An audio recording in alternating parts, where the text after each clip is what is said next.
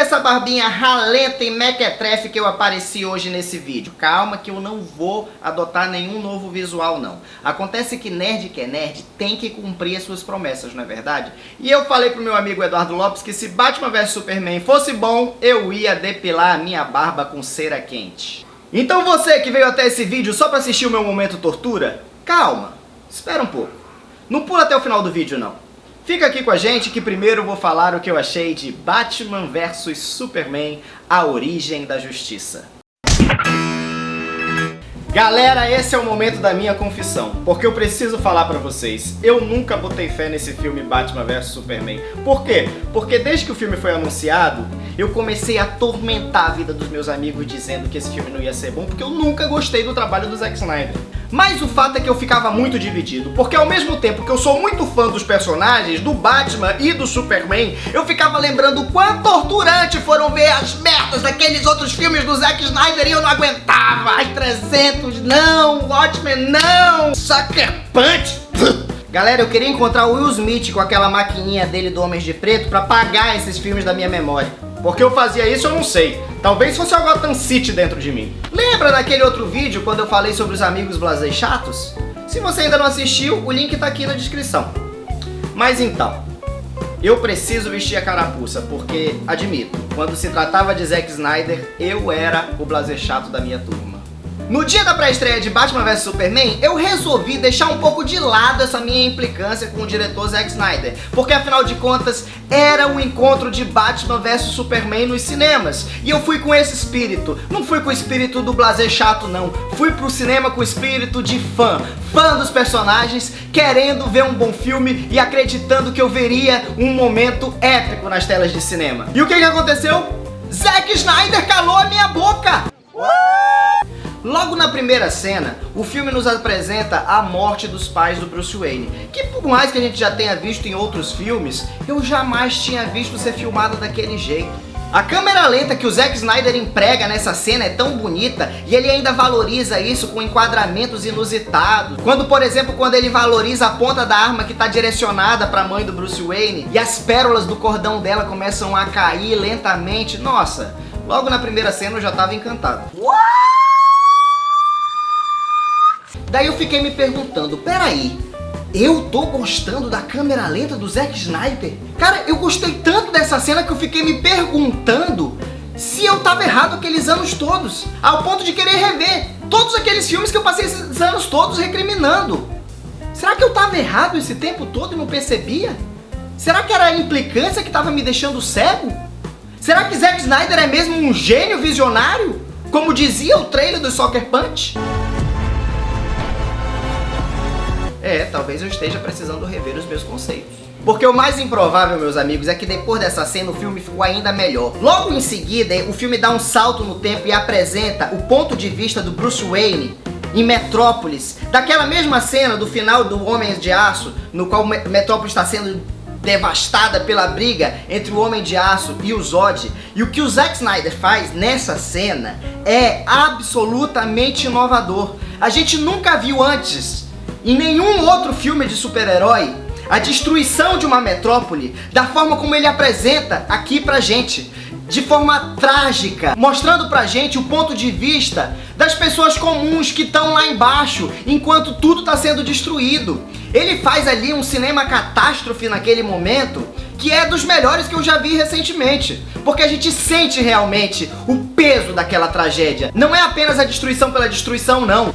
O fato é que nessa cena o filme já estabelece o seu tom, e ele diz ali pra gente imediatamente que esse não vai ser um filme onde a gente vai apenas ver a destruição pela destruição. Não, essa cena ela já estabelece um tom trágico, um tom sombrio, onde a destruição tem relevância, e isso reflete inclusive no emocional do Bruce Wayne, e já estabelece de cara o terreno pro conflito que vai vir a seguir entre os dois super-heróis. Eu não sei, talvez o que tenha mudado completamente a minha perspectiva a respeito das câmeras lentas do Zack Snyder seja a trilha sonora sonora do Hans Zimmer com o Junkie XL, que ajuda a dar esse tom operístico pro filme. Porque nos filmes anteriores do Zack Snyder, principalmente no Watchmen e no Sucker Punch, ele usava muita música pop, o que pra mim dava uma cara de videoclipe pro filme. E esse não, Batman vs Superman não tem cara de videoclipe, tem cara de cinema, de verdade, de qualidade, com um diretor esteta por trás do filme. Eu tô chamando o Zack Snyder de esteta?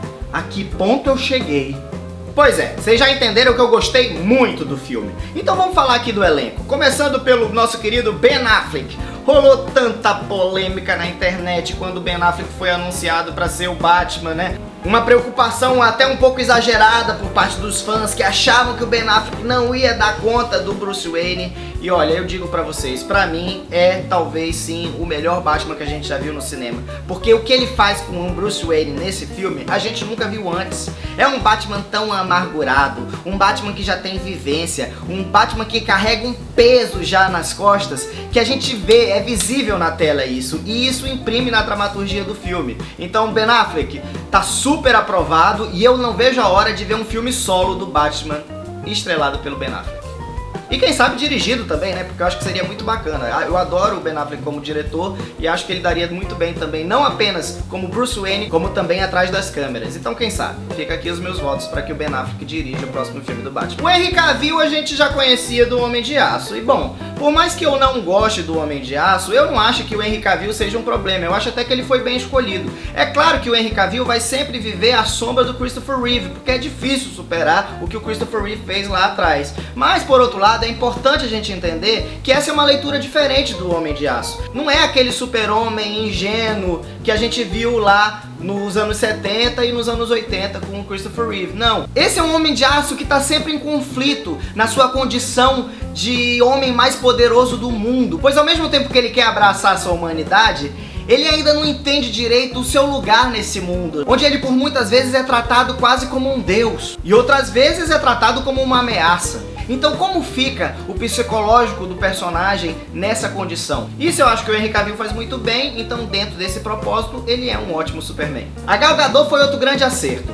Por mais que ela tenha uma participação reduzida nesse filme, todas as cenas em que a Mulher Maravilha aparece, a gente vê que ela tem a presença física certa pra interpretar essa personagem. E a gente já fica logo na expectativa pro filme da Mulher Maravilha que vai vir no ano que vem. Agora vamos falar da maior polêmica do elenco, Lex Luthor interpretado pelo Jesse Eisenberg. Isso aí tá dividindo muitas opiniões. Bom, eu sou da turma que gostou.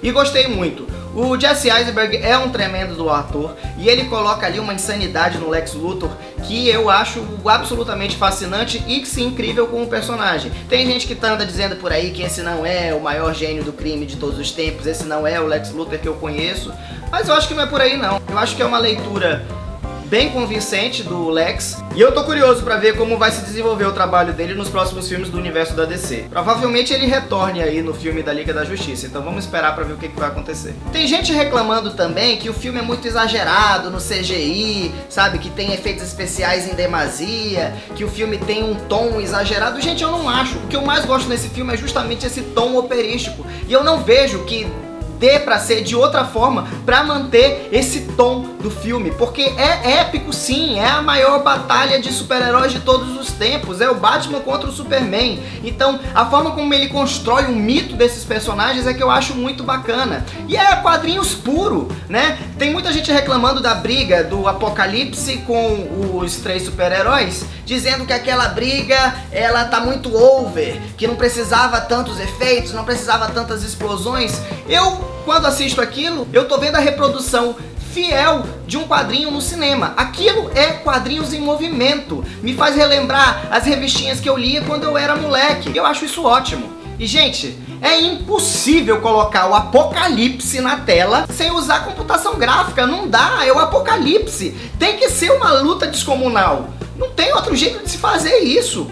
Então aqui eu tô sendo contraditório mais uma vez, porque eu lembro que quando eu reclamava do 300 pros meus amigos que gostam desse filme, eles defendiam dizendo exatamente isso, que aquele exagero do Snyder no 300 é porque era uma representação fiel dos quadrinhos do Frank Miller no cinema. E agora eu vejo que sim, talvez eles estavam certos naquele momento e eu tava errado, o que me faz até querer rever o 300 agora com esse outro olhar e quem sabe perceber qualidades que na época eu talvez não tivesse percebido por pura implicância com o Zack Snyder. Outra reclamação que tem surgido aí na internet diz respeito aos sonhos e flashbacks que aparecem no decorrer do filme. Tem muita gente dizendo por aí que esses sonhos são desnecessários, que não precisavam estar no roteiro, que são gordura de roteiro. Eu não acho, eu não concordo porque, primeiro, essas cenas elas estabelecem perfeitamente uma ligação com o que a gente ainda vai ver nos próximos filmes da Liga da Justiça. Segundo, eu acho que essas cenas são importantes para estabelecer o estado psicológico dos personagens, tanto do Clark Kent quanto do Bruce Wayne, sobretudo do Bruce Wayne, porque mostra pra gente o quão traumatizado tá o Bruce Wayne e o quão em conflito tá o Clark. E o roteiro é bom.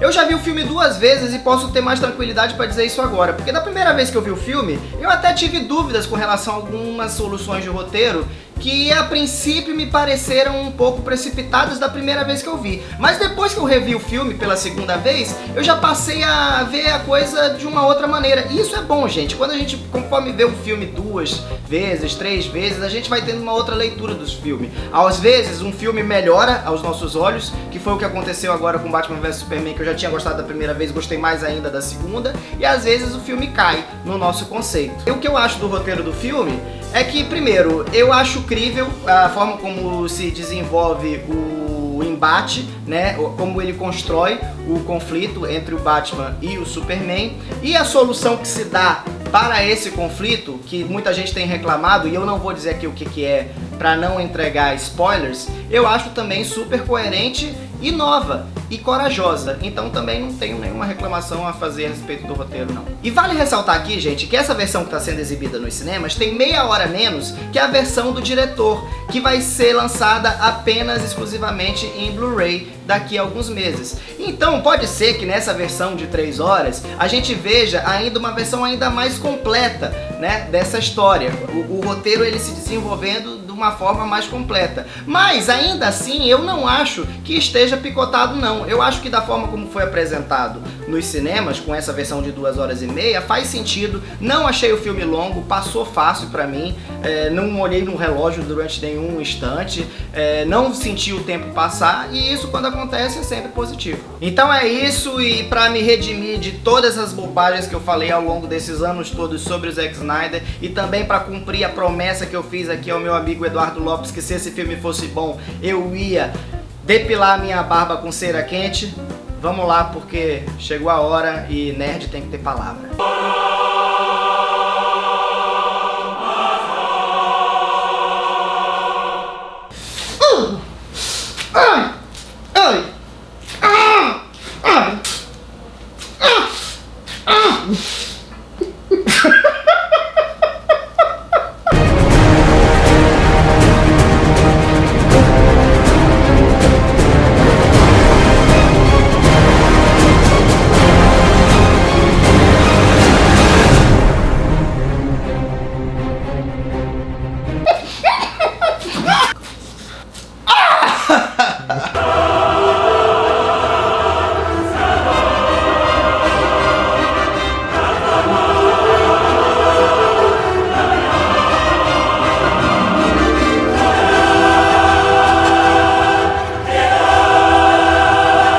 Bom, galera, então depois dessa sessão tortura, você não vai deixar de curtir esse vídeo, não é verdade? Depois que eu passei por tudo isso, você vai no mínimo se inscrever nesse canal, não é? Vai compartilhar com seus amigos e vai nos seguir nas nossas redes sociais, não é isso? Tô contando com vocês, galera. É isso. Obrigado. Bem-vindos ao Clube do Pop.